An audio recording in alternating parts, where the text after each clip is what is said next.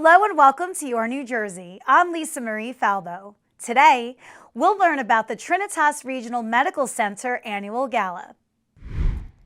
But first, Crystal Figueroa of the American Cancer Society is walking through May for Relay for Life, their biggest fundraising event. Joining us now is Crystal. How are you? I'm great. Thank you so much for having me here today. Absolutely. Well, I feel like these events pop up all over the Garden State. Tell us about what's happening this May. Oh, wow. You are correct. These events are popping up all over, mostly May and June. And especially in New Jersey, we have over 50 Relay for Life events that take place over the springtime. And it is the American Cancer Society's signature fundraising event. So it's really an important time for us where we are able to work with so many different communities, so many passionate volunteers to really take up the fight against cancer. What could attendees expect when they participate? Wow. So there's so much. How much time do we have? They have, when people participate for Relay for Life, we ask them, it's always best to register online. And our website is relayforlife.org. And they're able to put in their zip code to see what is the closest Relay for Life in their area. I'm pretty sure there's going to be one that's a hop, skip, and a jump away from most people in New Jersey. But once they sign up, there will be within the system so they can get all of the information for that individual Relay for Life event. Many of our Relay for Life events they're all volunteer driven. So they are very different from each other in the way that they reflect the local community. But one thing that they do all have the same is that they all celebrate cancer survivors and our cancer caregivers because we have many survivors that say that they're here today because of their caregivers. So we celebrate both of our cancer survivors and our caregivers. And we also have a luminaria ceremony, which is a somber ceremony where it takes place where we remember our loved ones that have been lost to this disease. And that's pretty much when it happens at dusk, when the sun goes down and we have lights lit up in memory and honor and in support of others that are all decorated bags around that are all lit up. And it's a beautiful ceremony. And then they all similarly come together to raise funds for the American Cancer Society. And this is the community's way of fighting back against cancer and really able to be passionate and drive the American Cancer Society's mission within that community. Because there's just so much that we do at the American Cancer Society that we have, if it wasn't for our volunteers, that information wouldn't be getting across as well as it does like through Relay for Life. That is so beautiful. And I've seen that somber ceremony, but it's so touching and heartwarming, to see everybody gather like that. Who are the people running the event, though? Because I know with all of the amount of walks that you have going on, it certainly takes a village. Absolutely. People that are running the event, they're all volunteers. So every community within each Relay for Life event that takes place, it's volunteer driven. So it's a volunteer committee that meets when they're able to. Most commonly, it's about once a month, and they meet throughout the year and really plan their event and what that's going to look like. And that's how they start engaging participants. They start engaging survivors, sponsorships, businesses, our local civic organizations, really on them getting to be a part of the event, to sign up to start fundraising. So when that Relay for Life event takes place, it's a big celebration. And yes, we had mentioned that somber ceremony, but it's a emotional roller coaster. You start there and you have that celebration of your survivors and everyone's having a great time. And then we have silly activities and fun activities for all ages. And then, you have that somber ceremony when the sun goes down, but then we bring it all back together and join together and end it off on a really big high, celebrating the wins and also being able to celebrate the wins of the American Cancer Society and letting people know because you relayed, because you fundraised, we're able to provide support to everybody across this nation for free. We're able to provide programs for free. We have our National Cancer Information Center that's available 24/7, 365 days out of the year, where there is support and someone to speak to any time of day, multiple languages spoken. And these things are possible because of relayers and all of those that take place across the country. So it's pretty amazing that we get to do that. And then we end off celebrating those things and all of the wins for the American Cancer Society and for their individual Relay for Life event. I love it. So you mentioned the helpline. The money raised at all of these events, what other programs do you have in New Jersey? So many. We do have, I mentioned that our helpline, it's a 1-800 number, 1-800-227-2345. It's our National Cancer Information Center where you could speak to a cancer specialist any time of the day. We also have oncology nurses on staff where if there's a question that maybe the cancer specialist might not be able to answer, we can definitely direct them to a nurse, an oncology nurse who will be able to help further that support with those questions. We also, and they speak multiple languages. It's absolutely phenomenal. Like I said, 24/7, no matter what time of day it is, they're there for our survivors, our patients, our caregivers, anyone within that cancer journey that they might be going through. We also have our Road to Recovery program, which we're extremely excited about because with the pandemic, this was one of our programs that we had to put on hold. So our Road to Recovery program is where we offer rides to and from treatment while you're going through treatment. And now, if you're familiar with going through cancer treatment, you cannot drive yourself.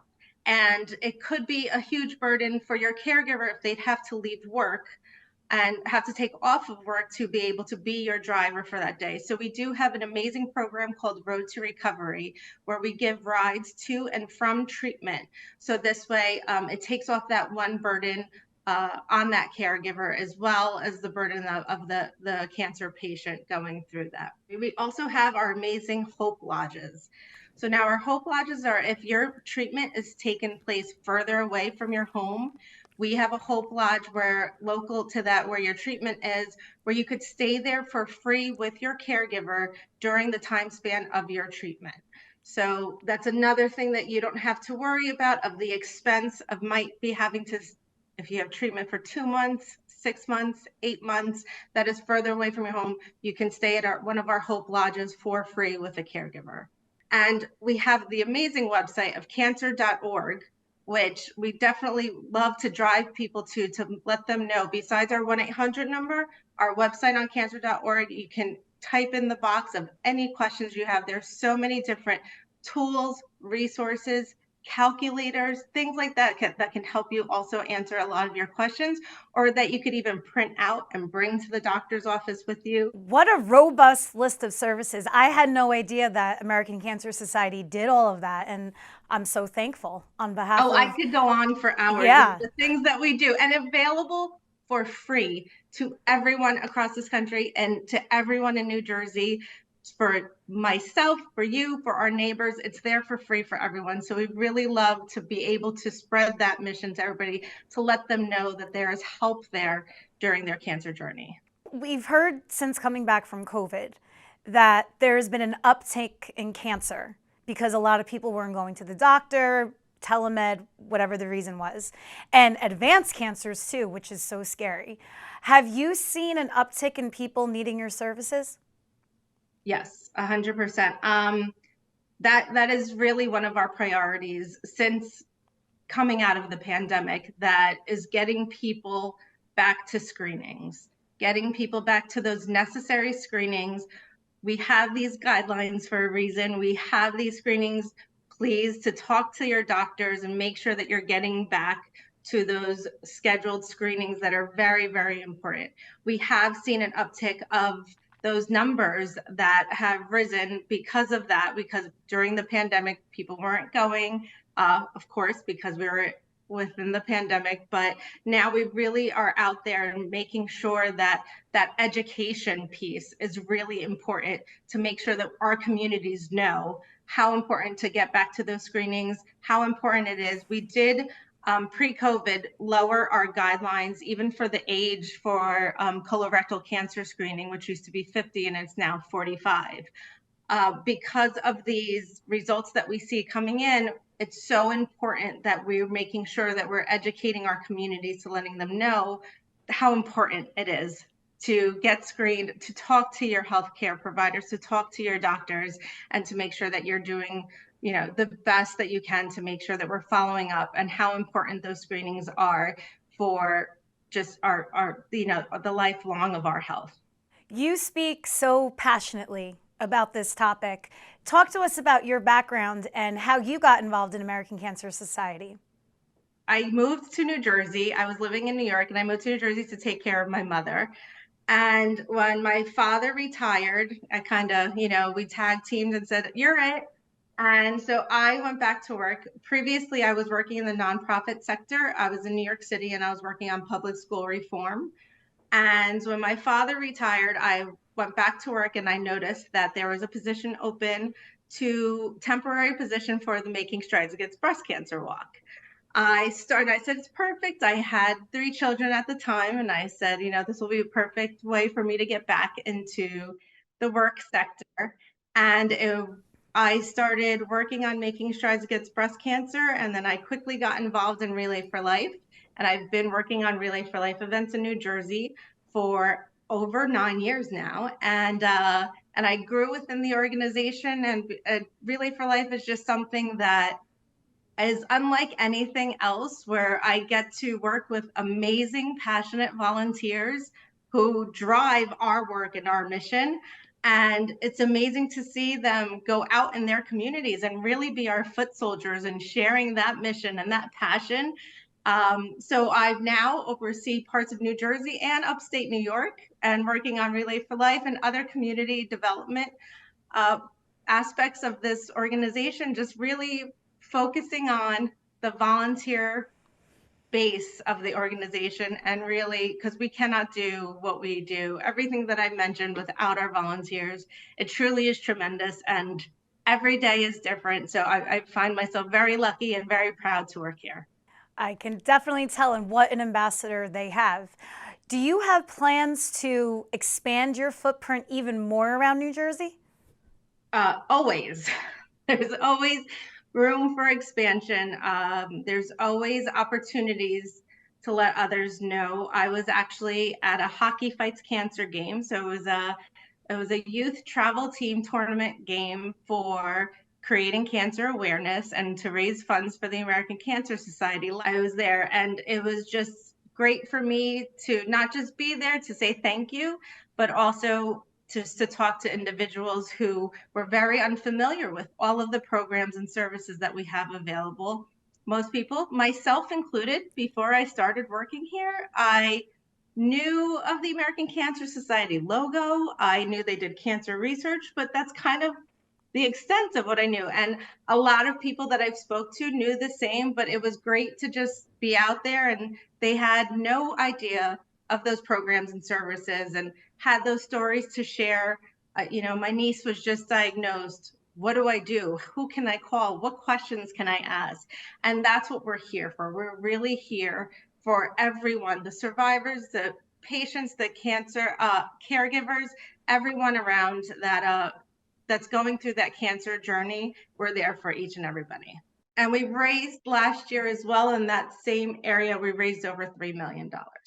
Wow, that's a ton And that's of just money. for Relay for Life. Yeah, and you do obviously events all throughout the year that raise money for all of your different causes, which is so wonderful. Crystal, this was so much fun. Thank you so much. Where can people find out more about you? Find out at relayforlife.org. Put in your zip code. Find out where it is, what's closest to you. You might see me around the track, because I do try to tend to see as many Relay for Life events that I can during May and June. I bring my kids along, and we're all out there just thanking our participants and making sure that everyone knows that, we're here to finish this fight. We are winning this fight, and we want to see it won, by the time our kids get older. So I love being out there. So sign up on relayforlife.org. I'm looking forward to seeing you all around the track. Crystal, this was so much fun. Thank you so much, and congratulations on the success of Relay for Life and everything that the American Cancer Society does for us around the Garden State. Thank you so much. I really appreciate it. Thank you for having me here today. Trinitas Regional Medical Center, part of RWJBarnabas Health in Elizabeth, is having their annual spring gala on May 11th at the Venetian in Garfield. Here now to tell us more is Kimberly O'Connor, fundraising events manager for Trinitas. Welcome to the show, Kim. Thank you so much, Lisa. So congratulations on all of the success that you've had with RWJBarnabas Trinitas. So tell us what attendees can expect from the gala this year. Well, Lisa, I can tell you that no one has an event like us. We gather in early May for an exceptional evening of live entertainment, dancing, a resplendent cocktail hour with every kind of hors d'oeuvre you could possibly imagine, a 5-course dinner, and our largest silent auction and 50-50 raffle of the year. It's truly an evening not to be missed. And this year you're honoring someone very special to the Trinitas family. We certainly are. This year we have the rare occasion to honor 3 members of our Trinitas family. Our outgoing CEO and president, Gary Horan, who has led Trinitas for over 20 years, as well as 2 of our enduring community leaders, Fotini Alteni and the Kozlowski Family Foundation, and Alfonso Lopez and the Youth Campaign for Children. We are so proud and excited to be having 3 amazing honorees this year. We guarantee there will be a huge turnout because of the community respect for all of these members. Talk about how each of your honorees has enriched the lives of Trinitas. Well, Mr. Horan, who has led Trinitas, as I said, for over 20 years, he also has over 50 years of experience as a healthcare executive. And he is very much our patriarch.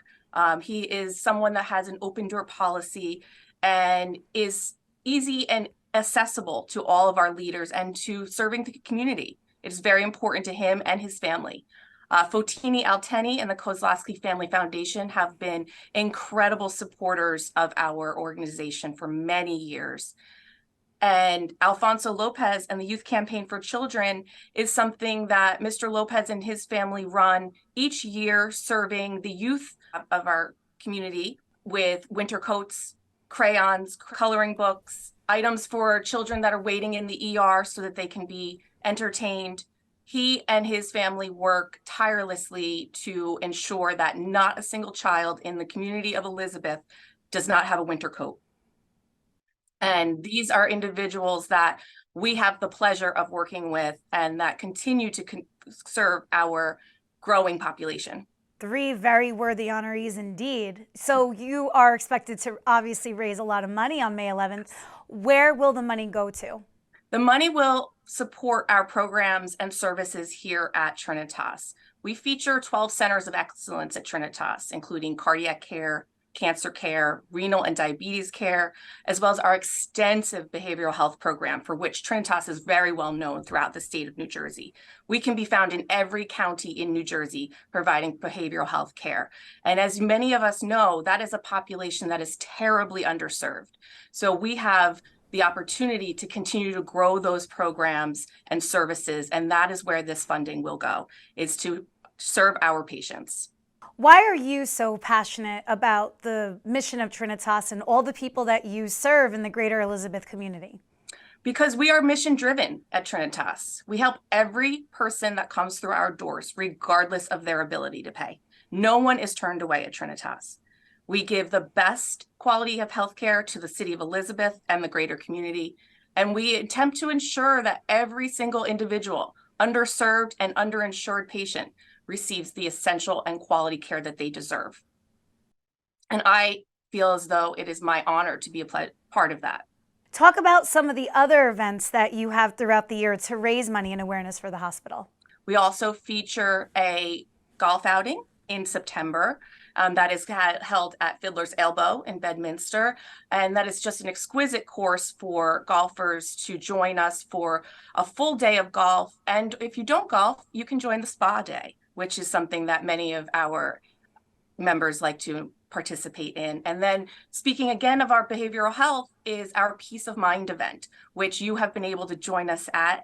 And that event specifically benefits our behavioral health programs and services, particularly our DDMI program, which is known as our dually diagnosed program of developmentally delayed and mentally ill adults. As you can imagine, that program is very specialized, and those individuals, unfortunately, are some of the most underserved in our population, because after a certain age, there is not as much care that is provided. So we endeavor to make sure that not a single individual is left without the care that they deserve. First of all, it's so genius that you pair the spa with the golf, because not everybody plays golf. Golf That's is kinda right. boring, right? And we would never But wanna everybody leave loves people out. facial and massages, right? So, Exactly. so I think that's genius. But in knowing Trinitas and speaking to various people affiliated, I think what sets you apart, and correct me if I'm wrong, is the behavioral health services that you provide, because I know you pride yourself on being the go-to in the state. Can you talk a little bit about the services you provide? Yes, so that is absolutely correct, Lisa. We are a beacon of care for behavioral health patients. Folks will seek us out from every part of New Jersey because of the programs and services that we provide. We have inpatient adolescent psychiatric. We have outpatient psychiatric units for adolescents. We have programs such as our New Day program, which is a pilot program here in New Jersey that is specifically for teenage girls.